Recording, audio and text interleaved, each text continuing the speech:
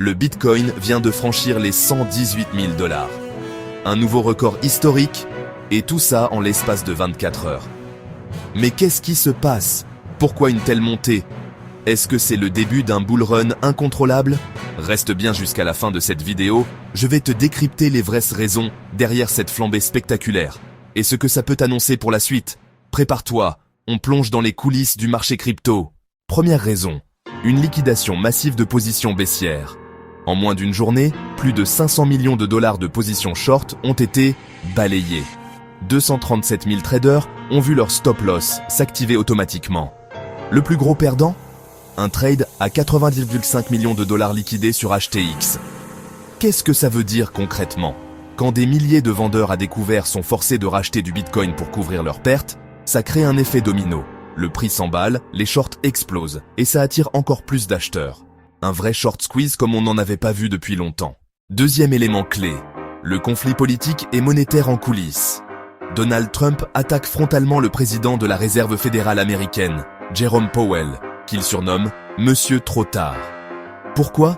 Parce que Powell refuse de baisser les taux d'intérêt, alors même que l'inflation ralentit. Trump, lui, veut relancer le crédit pour booster l'économie et sa campagne.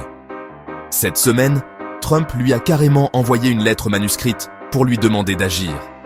Mais Powell est aussi sous le feu d'une autre polémique. Il aurait menti au Congrès sur une rénovation à 2,5 milliards de dollars du siège de la Fed. Certains y voient une tentative de le faire démissionner, ce qui ouvrirait la voie à une Fed plus souple monétairement. Et ça, c'est bon pour Bitcoin. Maintenant, parlons d'un chiffre choquant. La dette américaine atteint aujourd'hui 36 600 milliards de dollars, soit 124% du PIB. Et ce n'est pas fini, avec la nouvelle loi votée, surnommée One Big Beautiful Bill. Ce sont 5 500 milliards de dollars qui vont s'ajouter à cette dette déjà colossale. Et devinez quoi? Les intérêts sur la dette atteignent 1000 milliards par an, soit 20% des recettes fiscales. Et là, tout le monde anticipe une chose, le retour de la planche à billets. Oui, la Fed pourrait relancer le quantitative easing ou QE, c'est-à-dire imprimer de la monnaie pour acheter des bons du trésor. Et qu'est-ce que ça provoque?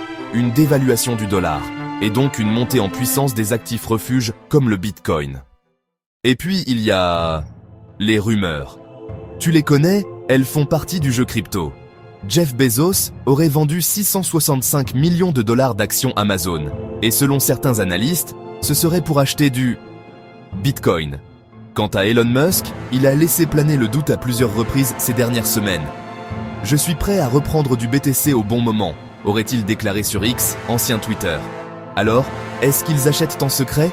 Est-ce qu'ils anticipent une nouvelle vague institutionnelle sur le Bitcoin? Peu importe, le marché y croit. Et c'est suffisant pour alimenter la spéculation. Alors, que peut-on attendre maintenant? Est-ce que le Bitcoin va continuer de grimper? Est-ce qu'on entre dans une nouvelle phase de bull run? Historiquement, ces liquidations massives marquent souvent le début de vagues plus longues. Mais attention, il y a encore des incertitudes politiques et des résistances techniques à franchir.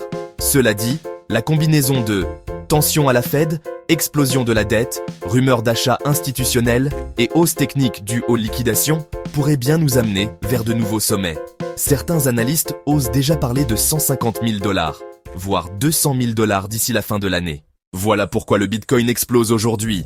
Ce n'est pas juste une histoire de chiffres, c'est une tempête parfaite entre politique, économie et psychologie de marché. Est-ce le moment d'acheter? Si tu es débutant, n'oublie jamais la stratégie du DCA. Acheter petit à petit, peu importe le prix. C'est plus sûr et plus efficace. Et toi, tu en penses quoi? Est-ce que le Bitcoin peut vraiment dépasser les 150 000 $? Est-ce que tu crois que Musk ou Bezos sont derrière tout ça? Dis-moi en commentaire. Et si tu as aimé cette vidéo, n'oublie pas, like, abonne-toi, active la cloche. Parce que sur cette chaîne, on t'explique l'actu crypto sans langue de bois. À très vite pour la suite. Et n'oublie pas, reste curieux, reste prudent et reste crypto.